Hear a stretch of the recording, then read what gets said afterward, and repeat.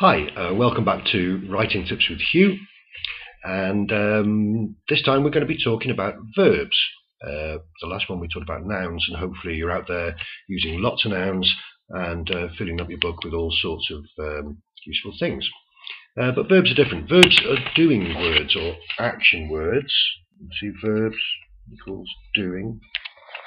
And there are loads and loads of verbs, and you'll need to use them all the time. Things like, running, jumping, walking, swimming, for example, as a verb. And I found some information for you. I'll just read it out.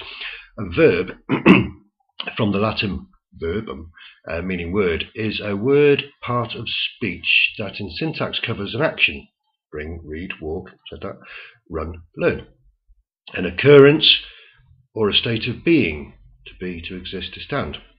In the usual description of English, the basic form with or without particle to is the infinitive. I don't really get that, but anyway, you get the drift. And there's lots of them, and I'm going to demonstrate a verb for you now. Here you go. I'll just see. That's me. I'm standing. Standing's a verb. If I do that, jumping. Jumping's a verb. Now, I've got another one here for you now. Like, guess what I'm going to do now? Okay, right. Guess what this one is?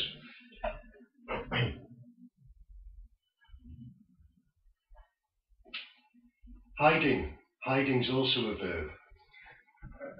So, as you can see, there's plenty of verbs. I mean, there's also, you can look out the window now and I can see somebody driving, somebody jogging.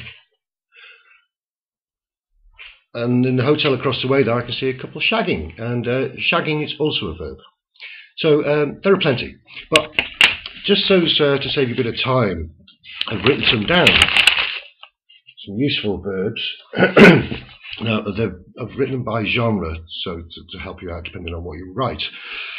So if you're writing, say, crime or thrillers, you can use these ones. There's investigating, detecting, that's a good one. Chasing, killing, stalking, staking.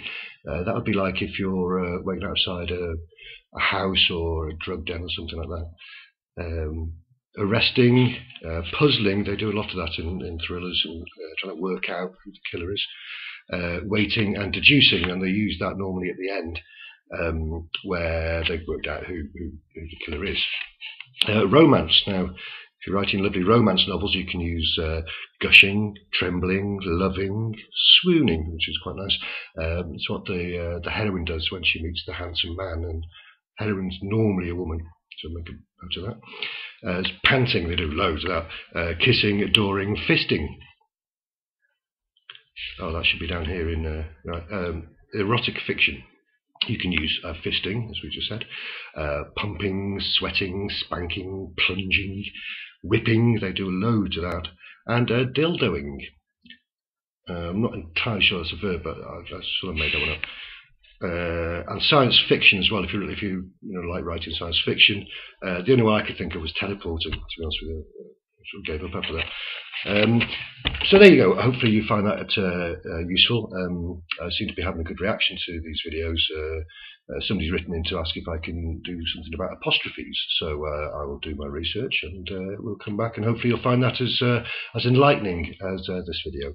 So follow me on Twitter at @HuwManChoo, it's HuwManChoo, and get out there and if you try and make a note of when you find yourself performing a verb, or you see other people in the street doing it, and just make a note and try and incorporate it into your writing. So there we go. Look forward to the next time. Bye bye.